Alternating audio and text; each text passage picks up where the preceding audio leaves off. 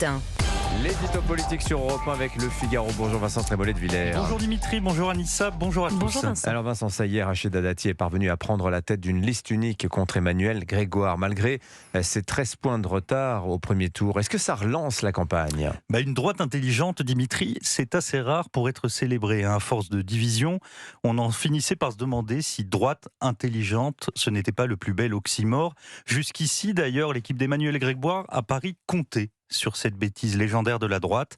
Mais cette fois, donc, c'est raté. Ça n'a pas été facile, ça ne s'est pas fait de bon cœur, mais à la fin, tout le monde a décidé de surmonter les contentieux et les rancunes pour insuffler l'esprit de victoire et permettre à Rachida Dati d'être seule face à une gauche divisée. Pierre-Yves Bournazel a fait l'union à reculons, puisque dans un moonwalk étonnant, il a choisi l'auto-effacement juste après l'annonce de son ralliement. Sarah Knafo avait proposé de se rallier, mais sa main tendue a été refusée. Qu'importe, aussi habilement qu'élégamment, elle a préféré sacrifier ses intérêts pour éviter une victoire de la gauche.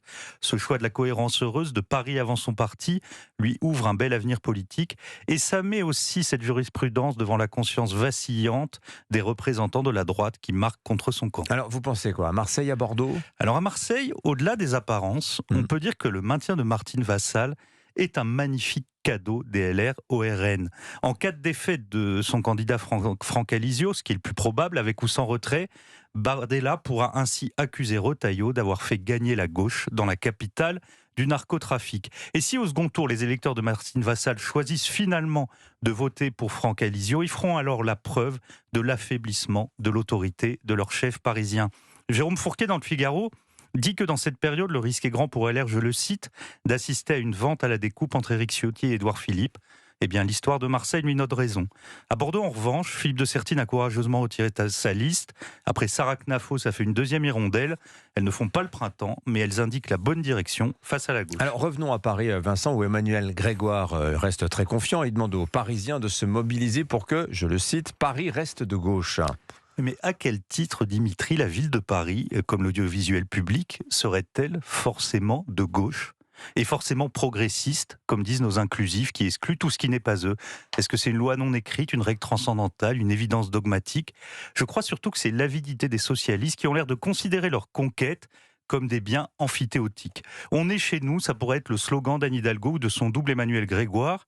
Et face à cette arrogance, la droite, les pieds en dedans et le regard baissé, a longtemps regardé passer les défaites. Eh bien, c'est terminé. Après 4 mandats, la gauche parisienne arrive à épuisement. La ville est ruinée, les familles s'éloignent, la saleté s'impose, l'insécurité s'installe et le scandale des violences dans le périscolaire donne une touche tragique à ce tableau. Le politiquement correct, qu'il soit végétalisé ou accompagné d'un point médian, eh bien, ça ne fait pas une politique. Alors cette fois, nous dit-on, c'est une gauche à grande distance des insoumis qui se présentent.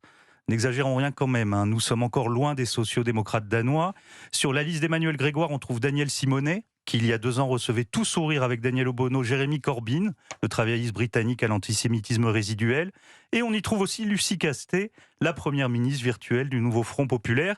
Et puis dans le programme, il y a beaucoup de similitudes avec celui de la France insoumise. C'est d'ailleurs la leçon de cet entre-deux tours. Toute la gauche française, à quelques rares exceptions, a en elle quelque chose de Mélenchon. L'édito politique sur Europe 1. Merci beaucoup Vincent Trémollet de Villers. À la une du Figaro ce matin, seul contre la gauche, Rachida Dati se relance à Paris.